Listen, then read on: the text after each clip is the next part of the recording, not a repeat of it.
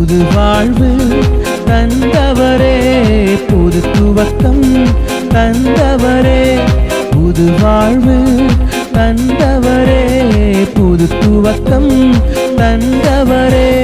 நன்றி உமக்கு நன்றி, முழு மனதுடன் சொல்கின்றோம். நன்றி உமக்கு நன்றி, மன நிறைவுடன் சொல்கின்றோம். கரங்களை தட்டி நன்றி உமக்கு நன்றி, முழு மனதுடன் சொல்கின்றோம். நன்றி உமக்கு நன்றி. நாம மகிமைப்படுவதாக. ஆண்டவரும் அருமை இரட்சகருமாகிய இயேசுவின் நாமத்தினால இந்த புதிய நாளுக்காக தேவனை ஸ்தோத்தரிக்கிறேன்.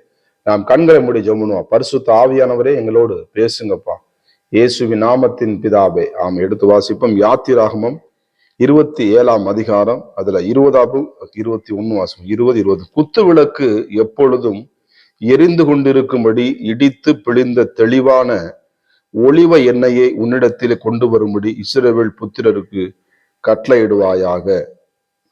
21 சொல்லுவான். ஆசாரிப்பு கூடாரத்தின் சாட்சி சந்நிதிக்கு முன்னிருக்கும் திரைச்சலைக்கு வெளிப்புறமாக ஆரோனும் அவன் குமாரனும் சாயங்காலமும் தொடங்கி விடிய காலம் மட்டும் கர்த்தருடைய சன்னிதானத்தில் அந்த விளக்கை எரிய வைக்க கடவார்கள். இது இஸ்ரவேல் புத்திரருக்கு தலைமுறை தலைமுறையாக நித்திய கட்டளையாக இருக்க கடவுது.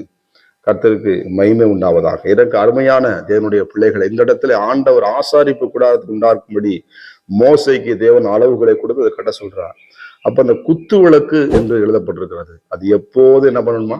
எரிந்து கொண்டே இருக்க வேண்டும். கர்த்தருக்கு சொன்ன விளக்கு என்ன பண்ணும்? மரக்கு தலையில மூடி வைக்க கூடாது. அந்த விளக்கை கொளுத்தி அவன் மரக்கால் மேல எழுதிச்சுன்னா எல்லாருக்கும் என்ன பண்ணுமோ அது வெளிச்சம் கொடுக்குமா. அப்ப நம்ம ஆண்டவர் இந்த பூமிக்கு, குடும்பத்துக்கு, சமுதாயத்துக்கு எப்படி இருக்காரு? வெளிச்சமா வச்சிருக்காரு, இருளா கிடையாது. நம்ம எப்பயுமே என்ன பண்ணணும்? வெளிச்சத்தை விரும்பணும். கர்த்தருக்கு சோதனை. வெளிச்சத்தின் பிள்ளைகளாக இருங்கள்.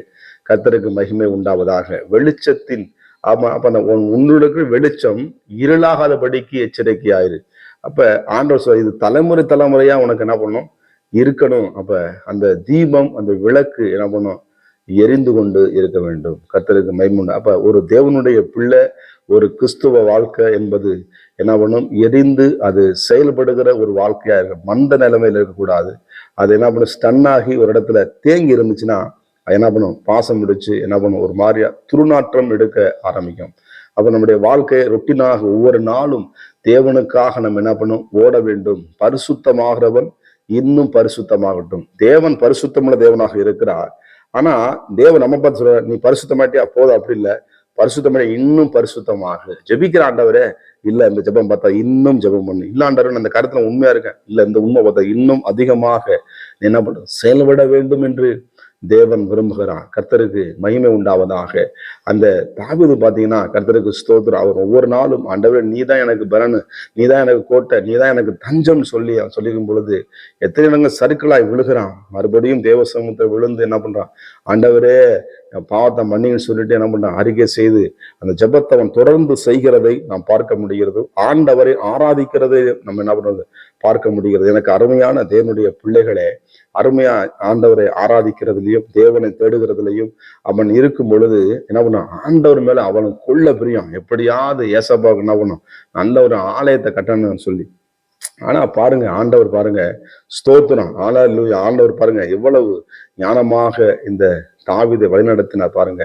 அவன் வாழ்க்கை சொல்ற தாவீதுடைய சிங்காசனத்தை, அந்த தீபத்தை தேவன் அணைக்காதபடிக்கு என்ன பண்ணார்? எரிய பண்ணினார். தலைமுறை தலைமுறையாக இன்றைக்கும் அந்த தாவீதுடைய பெயரை நம்ம உச்சரித்து கொண்டிருக்கிறோம்.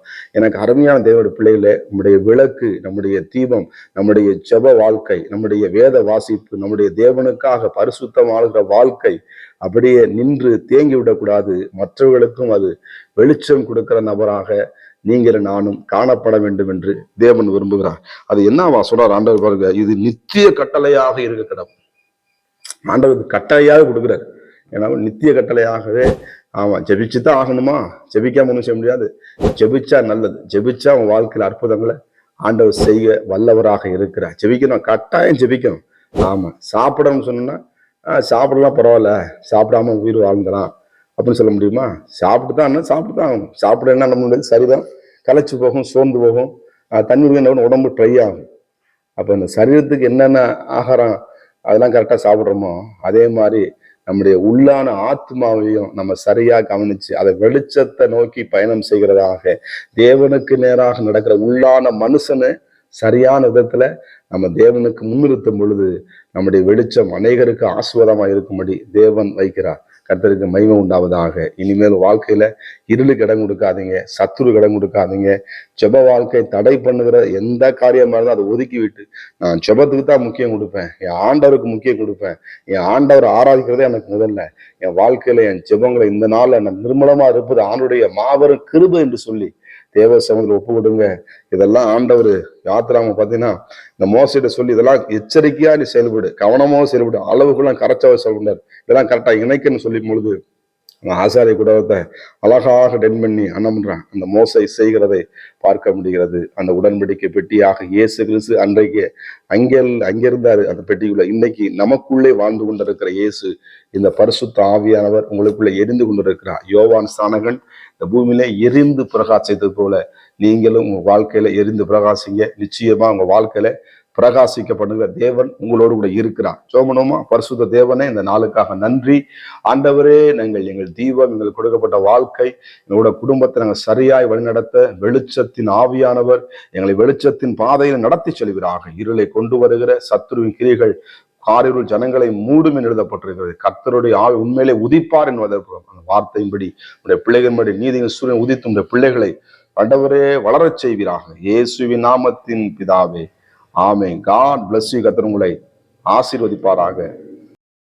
புது வாழ்வு தந்தவரே, புது துவக்கம் தந்தவரே, புது வாழ்வு தந்தவரே, புது துவக்கம் தந்தவரே, நன்றி உமக்கு நன்றி முழு மனதுடன் சொல்கின்றோ.